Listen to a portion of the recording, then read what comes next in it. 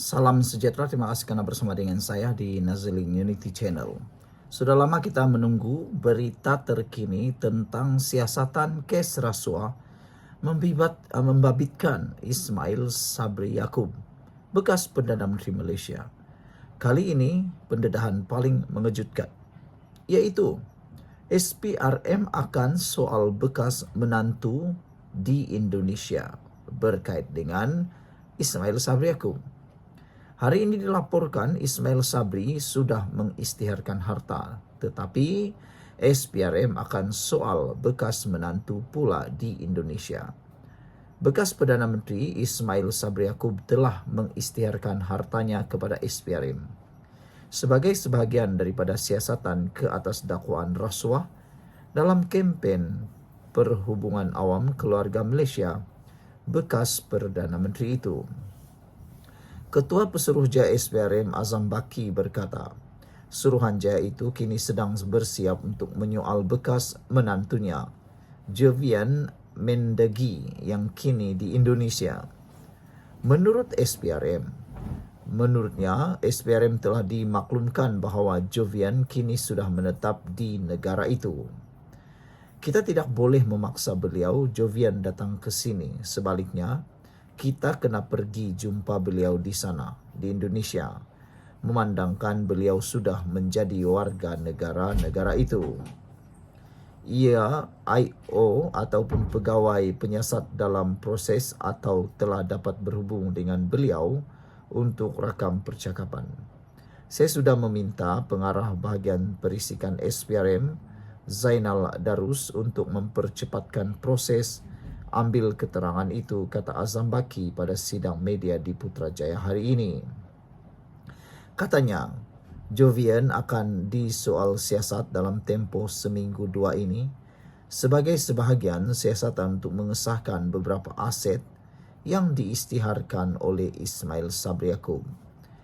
Kira-kira kes ini akan selesai siasatan pada akhir bulan Jun dan kemudian kita akan kemukakan kepada Timbalan Pendakwa Raya untuk keputusan, katanya.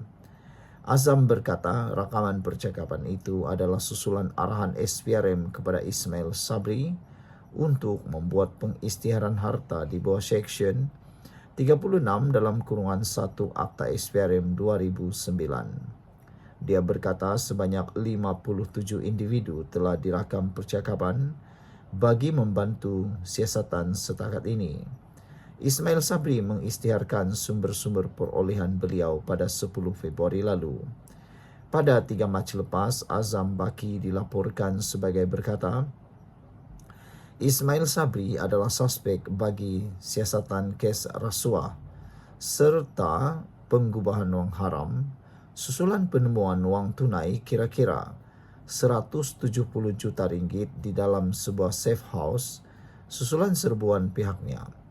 SPRM juga dilaporkan menyita 13 akaun, membabitkan nilai lebih 2 juta ringgit bagi membantu siasatan kes berkenan.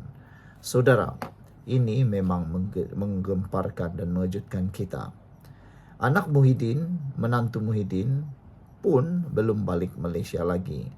Sekarang ini pula giliran bekas menantu Ismail Sabri Yaakob disiasat, tapi kali ini di Indonesia. Apakah penemuan yang dahsyat akan berlaku? Sama-samalah kita lihat terus drama ini. Tinggalkan komen Anda.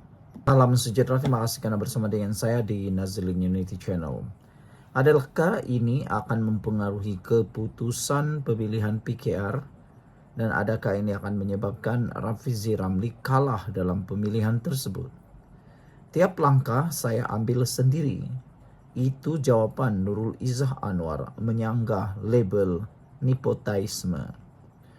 Menjelang hari penting pemilihan parti, calon timbalan Presiden PKR Nurul Izzah Anwar sekali lagi menolak dakwaan nepotisme yang sering dilemparkan terhadapnya.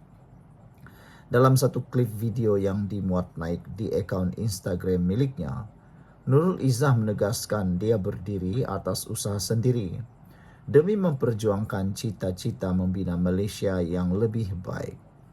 Mereka kata politik bukan untuk wanita seperti saya. Katanya, saya tak layak berada di sini.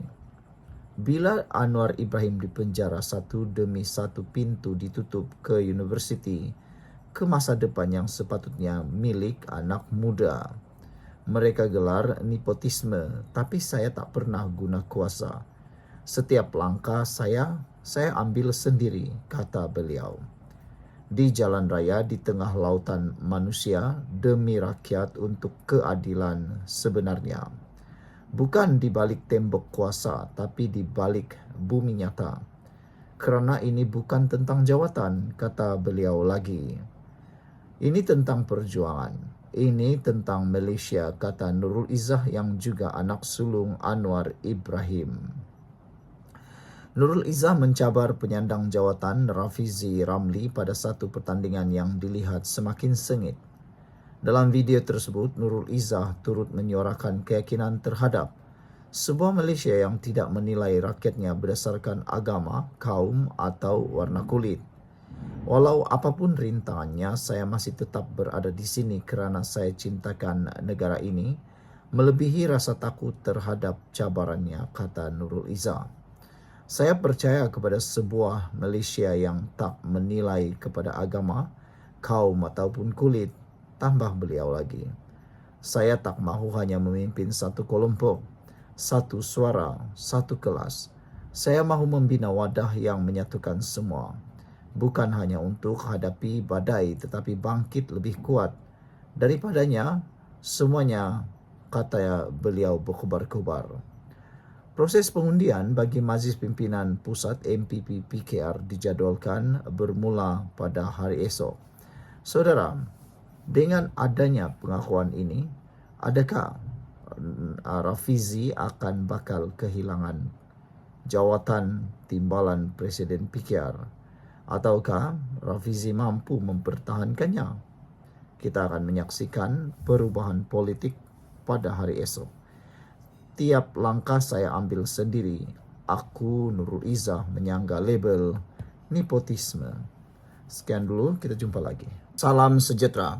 Benarkah Rafizi kini di hujung tanduk? Benarkah Rafizi kehilangan kelayakan bertanding? Adakah Rafizi akan hanyut?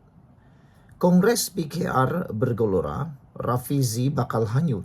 Izzah cetus gelombang baru, kata laporan ini. Menjelang pemilihan pucuk pimpinan PKR yang bermula esok, tumpuan utama tertumpu kepada nasib timbalan Presiden Rafizi Ramli yang dilihat kini berada di persimpangan paling penting genting dalam karier politiknya.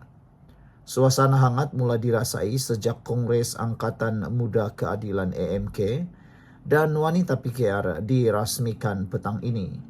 Dengan suara-suara dalaman dan pemerhati politik bersetuju bahawa Rafizi berdepan kemungkinan besar kehilangan jawatan nombor 2 parti. Tiada isyarat sokongan terbuka daripada Presiden Parti Anwar Ibrahim setakat ini. Sesuatu yang dilihat bakal menjadi game changer sekiranya berlaku di saat akhir.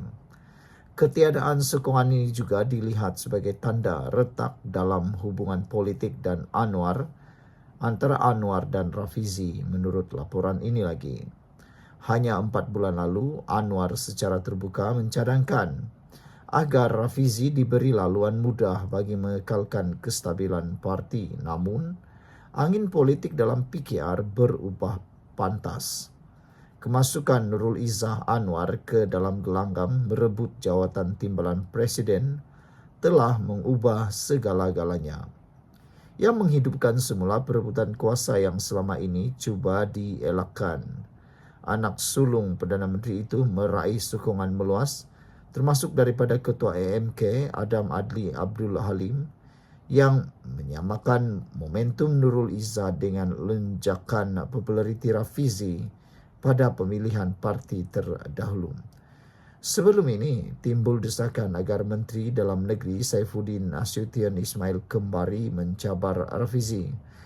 Namun selepas 2 kekalahan berturut-turut kepada Azmin Ali pada 2013 dan Rafizi sendiri pada tahun 2022, Saifuddin tidak lagi dianggap calon yang berdaya saing. Dengan ketiadaan pencabar yang setanding, munculnya Nurul Izzah dilihat sebagai penyelamat kepada Kem yang mencari alternatif daripada Rafizi. Jika tewas bangkit lebih lantang. Sekiranya tewas, Rafizi sebelum ini berikrar untuk melepaskan jawatannya sebagai Menteri Ekonomi, tambah yang bakal membebaskannya, langkah yang bakal membebaskannya daripada kekangan kabinet dan etika seorang menteri. Jika dia kalah, dia akan dibuka kuncinya. Jika dia kekal terbelenggu dalam kabinet, tiada ruang untuk dia bercakap dan bertindak, kata seorang penyokongnya kepada Malaysia Kini. Rafizi yang dibuka kunci ini menurut mereka bakal menjadi suara yang lebih lantang, bebas daripada protokol pentadbiran dan bersedia untuk menyuarakan ketidaksetujuan secara terbuka termasuk dalam isu-isu sensitif seperti pelantikan semula Azam Baki sebagai Pesuruhjaya SPRM. Malah sepanjang tempoh kempen, beliau dilihat tidak gemar mengkritik proses pemilihan parti sendiri, meletakkan dirinya sebagai pejuang kebenaran maupun berdepan risiko karena politiknya yang sempit sendiri. Masih ada harapan, walaupun peluangnya kini mengecil, masih ada ruang tipis untuk Rafizi melakukan kejutan. Ini kerana buat kali pertama, sistem perwakilan berkadar digunakan yang memberi ruang kepada lebih ramai perwakilan yang cenderung kepadanya untuk mengundi secara langsung di Kongres. Persoalannya kini, adakah Rafizi akan tewas secara terhormat sebagai wira tragik atau mencipta kejutan saat babak yang semakin dramatik ini? Apapun hasilnya, satu perkara jelas-jelas sedang menyaksikan antara pergelutan kuasa paling sengit era reformasi bermula. Sekian untuk kali ini, jangan lupa tinggalkan komen Anda.